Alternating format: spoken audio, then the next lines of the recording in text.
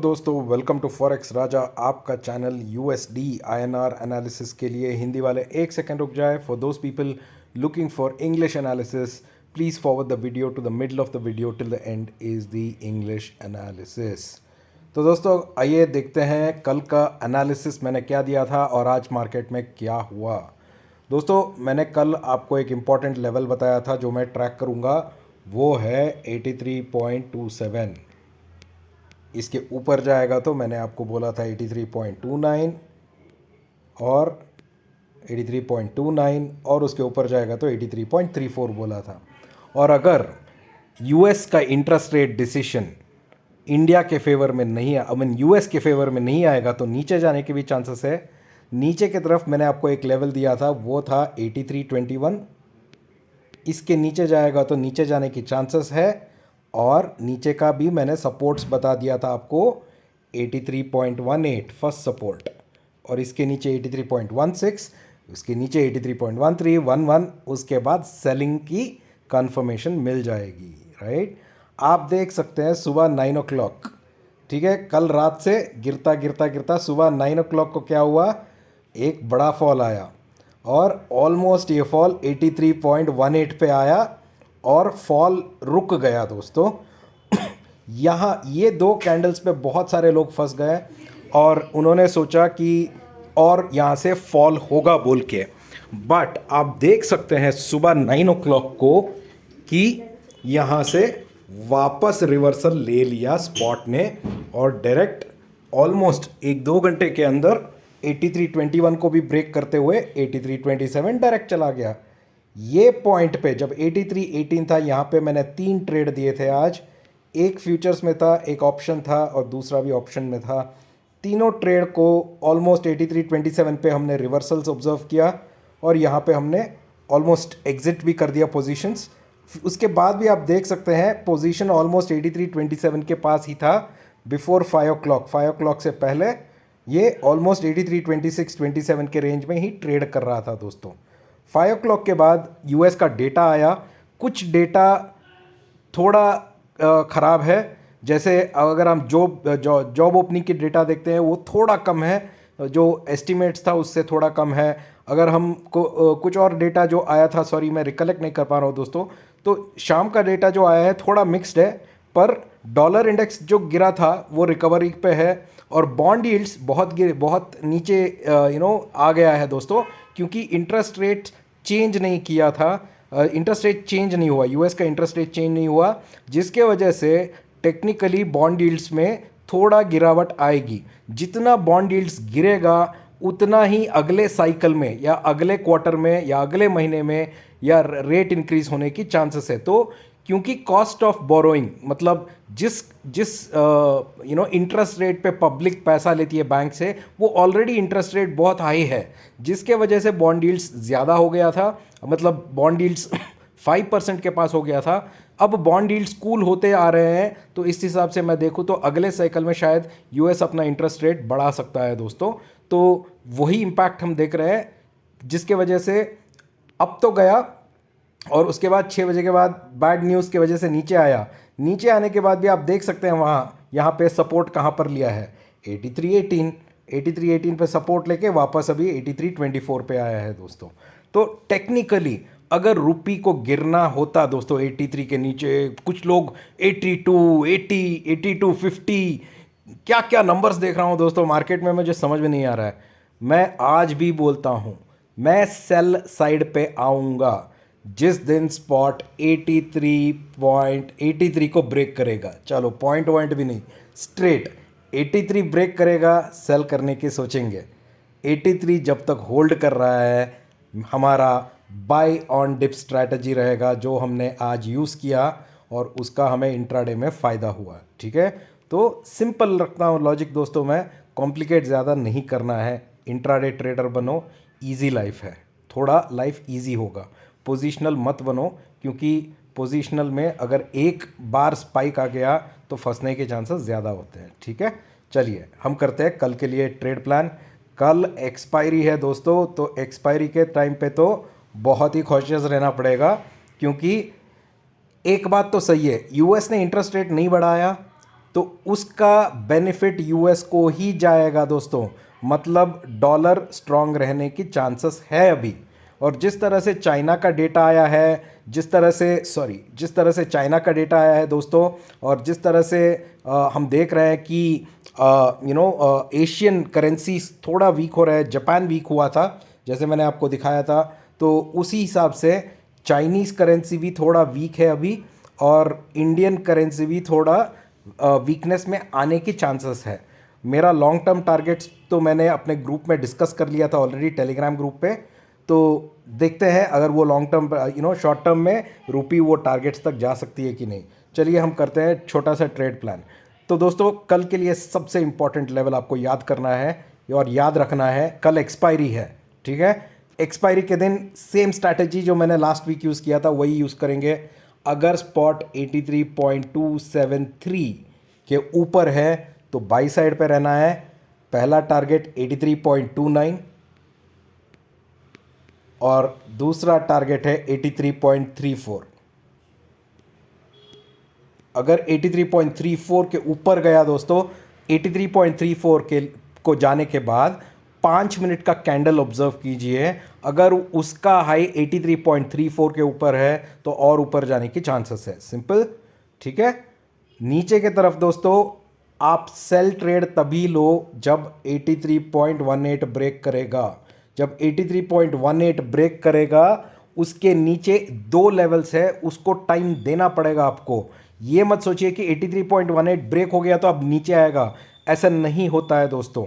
आपको लॉजिक समझना पड़ेगा। यहाँ पे दो इंपॉर्टेंट सपोर्ट है, 83.16 और 83.13। ये दोनों ब्रेक करने दीजिए, उसके बाद आपको सेल कन्फर्मेशन आएगा।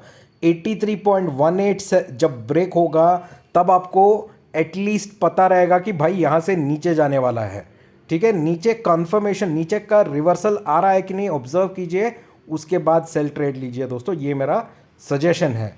तो अगर नीचे आएगा तो ये मेरा सपोर्ट लेवल से ट्रेड करेंगे, ऊपर आएगा तो ये रेसिस्टेंस लेवल पे ट्रेड करूंगा। ये है मेरा सिंपल सा ट्रेड प्लान कल के एक्सपायरी के लिए। आशा करता हूं कि आपको वीडियो अच्छा लग रहा है। जो भी मेरा वीडियो पहली बार देख रहे हैं, मैं उनको रिक्वेस्ट करता हूं कि चैनल को सब्सक्राइब कर लीजिए, नोटिफाई बेल आइकन भी दबा दीजिए, क्योंकि हर दिन का वीडियो आपको ऑटोमेटिक मिल जाएगा। टेलीग्राम में जुड़ना है मेरे साथ तो नीचे टेलीग्राम का लिंक है, क्लिक कीजिए, ज्वाइन कीजिए दोस्तों। टेलीग्राम पे मैं अपडेट्स देता रहता हूँ। Now let's do the analysis in English. So hi friends, welcome to Forex Raja, your channel for USD INR analysis.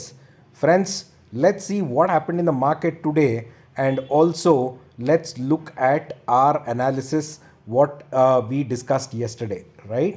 So friends, yesterday in my analysis I had given you a very important level which is 83.27. I had clearly told you that if spot goes above 83.27, the next important level is 83.29. Okay, and above 83.29 spot can go to 83.34. And if the interest rate decision is not in the favor of dollar, then spot can even fall down. I had given you my first level of 83.21, and below 83.21 friends, I had given you the first support at 83.18. And if spot goes below 83.18, then the next support also I had given you, which was 83.16. This is what I had told in my analysis yesterday. New people can go and check it. Now let's see what happened today. 9 o'clock in the morning, you can see here, first two candles were big fall. Many people got trapped in this candle thinking that, oh, now spot will go to 83. It did not, because at 83.18, spot took the support. Here is where I took 3 trades, friends. One was in futures, the other 2 were option trades. And from here you can see the reversal. It broke 83.21, immediately went to 83.27 in a span of like 3 hours. By 1 o'clock, we were back to 83.27. Here is where we exited all the 3 trades with decent profits. After that, spot was just hovering around, and at around 5 o'clock, today's closing, almost at 5 o'clock, we still were touching 83.27. So technically, if spot has to fall down, friends, below 83, it would have fallen down yesterday. very clearly. You should understand the supports, and why spot is not falling down is something that you need to understand. And you cannot say that, now from now spot will start falling. I am seeing crazy people having numbers in their mind: 82.50, 82, 82.80. What and all are they saying? It will not make sense until critical supports are broken down. And I am again telling you, I will be selling in this market the day 83 breaks. Until 83 is not breaking, at every support I will observe reversal, and I will be on the buy side to do intraday trades and make decent profits out of those trades. So it's important for you to understand supports and resistances in the current market scenario. All right, friends. With that said, let us do a trade plan for tomorrow, friends. Quickly, I'll take the 1 day data itself, and let's do a quick trade plan. All right, friends. Tomorrow is the expiry, friends, weekly expiry. So you need to be watchful. During the expiry time, my first target, or the main resistance I am looking for now, is 83.27. If spot goes above 83.27, the first target I would look forward is very close by 83.29. And above 83.29, if spot goes, my next target I will look forward is 83.34. Okay. If spot goes above 83.34, I will let you know in my Telegram channel. All right. So you can join my Telegram channel. The link is right below in the description. In case does not go above 82.27, I will not do any trade. And if spot goes below 83.18, then it doesn't mean I will go and sell immediately. I will wait for two supports to break. First support is 83.16. The second support is 83.13. At least these two supports should break for me to give a confirmation that now I can take a risk of selling. But I will always suggest people sell only if spot goes below 83, because before 83 a lot of reversals have happened, and many people who have thought of selling at wrong time have been caught in that web and have lost money, right? So make sure you are clear about your selling level.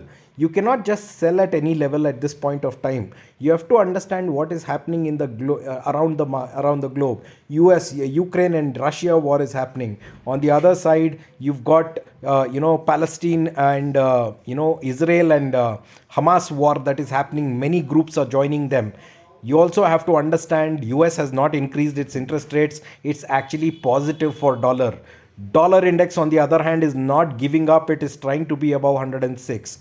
Gold on the other hand, which had crossed $2,000 mark, suddenly started falling. Lot of these factors you have to understand, friends, before making your decisions. So please, make sure that you understand the current market scenario before even saying either you will sell or you will buy. Better be an intraday trader. It's easy for you to work your way through. So tomorrow, this is my trade plan. These are the resistances I'll work around.